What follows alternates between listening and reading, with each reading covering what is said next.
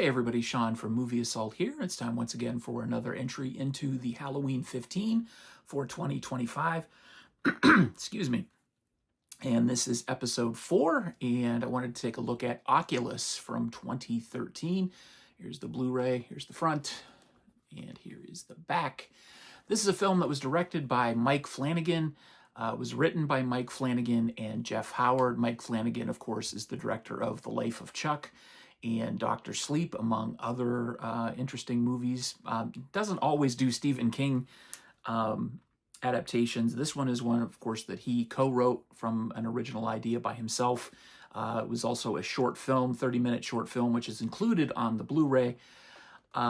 This stars Karen Gillan, Brenton Thwaites, I believe that's how you pronounce the name, Katie Sackhoff, Rory Cochrane, Annalise Brasso, who also is in The Life of Chuck, and Garrett Ryan.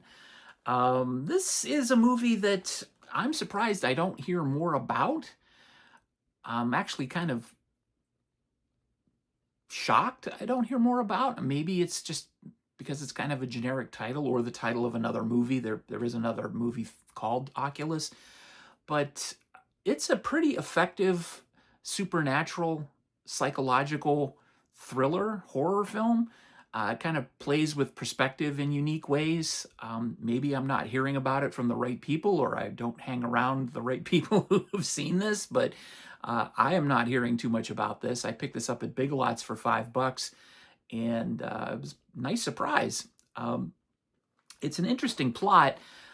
Tim, played by Garrett Ryan, he is released from a mental institution after being incarcerated there for 10 years, and he is released into the custody of his sister Kaylee, played by Karen Gillan, and she immediately puts him right back into the murder case that he was incarcerated for, and she believes that he wasn't involved in the murder of his parents like the authorities believe. She believes that a mirror called the Lasser glass was involved in the death of their parents.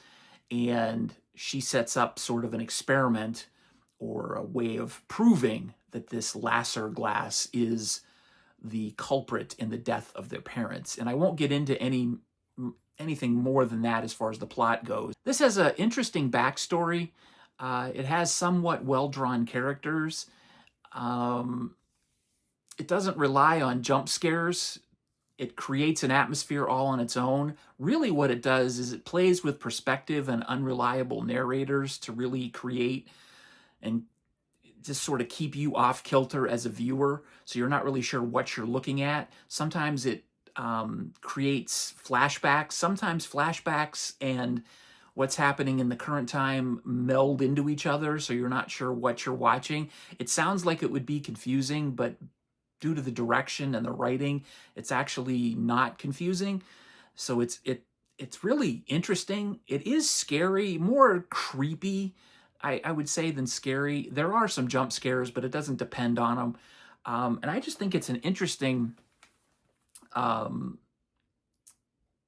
combination of modern horror, creepiness, a little bit of jump scares, atmospherics, perspective, flashbacks. There's some dream sequences, but not enough to be too tropey. It just keeps you on edge, and the story is interesting, and I thought it was a lot of fun. So you're never really sure what's going to happen next, and you want to keep watching, and that is rare for a lot of modern horror films, at least in my experience, in my opinion. So I'm going to give this one an 8 out of 10. I really enjoyed this. I thought it was a lot of fun, and I'm surprised I haven't heard more about it. So I definitely recommend Oculus from 2013 with Karen Gillan, Brenton Thwaites. Shout out to Annalise Brasso and Garrett Ryan for playing the young Kaylee and the young Tim, because you see them in flashbacks. Like I said, sometimes simultaneously with the present day Garrett Ryan, with Brenton Thwaites and Karen Gillan, who are playing the present day Tim and Kaylee. Just very, very good, and I highly recommend it. 8 out of 10 for Oculus. Stay tuned for episode 5 of the Halloween 15 coming up in 2 days. And if you've made it this far into the review, I appreciate your attention span as always. And I'm glad to have you aboard for this year's Halloween 15. Stay tuned for my next review, which will be The Boogeyman from 2023. All right, take it easy. See ya.